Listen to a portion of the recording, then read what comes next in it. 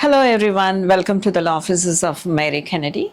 So today we are going to discuss about an important topic which is the H1B Lottery which is coming up. Wage weighted selection process, that's where the complete new system that has to be applied, and then that's going to be the process. So what is it about? It's going to be based on the higher the wages, higher the selection processes. Like if they apply it on a level 4 wages, then 4 times the probability. So coming back to this, what is it expected? So there are changes that was constantly happening. The more important is the 100K for the people who are to be applying out of United States. So that's still valid. So there is an expectation there is going to be only the people most likely applying with a change of status within the United States. So then in that case, the probability of you is going to be much higher than the previous years. That's the reality that's going to happen. One more important criteria to consider as an employer when you are applying for this lottery is, and also a mandatory requirement is, you have to know the SOC code for the job that has to be applied for,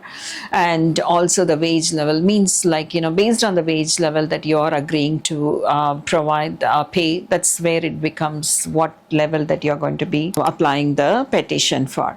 So all those details are mandatory requirements. See, the last year, if you look into it, all that needed was the passport number and the date of birth of the person, the first name, last name, and then you paid $215 for each selection, and it was all done. But however, this year, all these are mandatory requirement, the associate code, the job title, and the location, because with that only it helps them to understand. For example, Iowa has a very low wages for the level 2 software programmer, whereas if you compare it to California, the wage level is so high depending on the the FLC code, the job code and job zone and everything.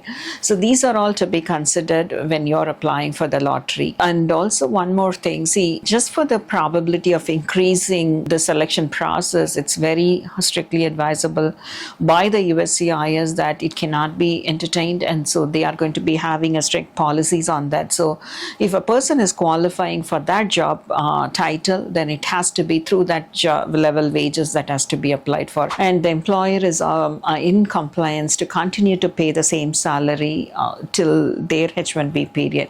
So these are some of the consideration you have to do it. And April to June, April 1st it starts, then it continues till June 30th. Even the lottery selection starts from March 4th till March 19th of the EST 12 o'clock zone. So you don't have to rush up, because it's going to be the same. All the applications are going to be in a pool, and then they will do the lottery. So it's going to be the same whether you apply it on March 4th or March 19th. But however, don't rush up on the initial time, as well as don't wait till the last minute, because it's always a possibility this is technical glitches when everybody tries to do the same thing. So these are the smaller consideration you should be looking at it when you are preparing yourself for the lottery system. And when you're on an F1, if you want to get into the cap gap, which was extended in the last year, from the last year, where it is, if you got into the selection process of the H1B, and as long as you filed it prior to your, within the time period from April to June, then you have the cap gap where it is applicable till the April 1st of the next year.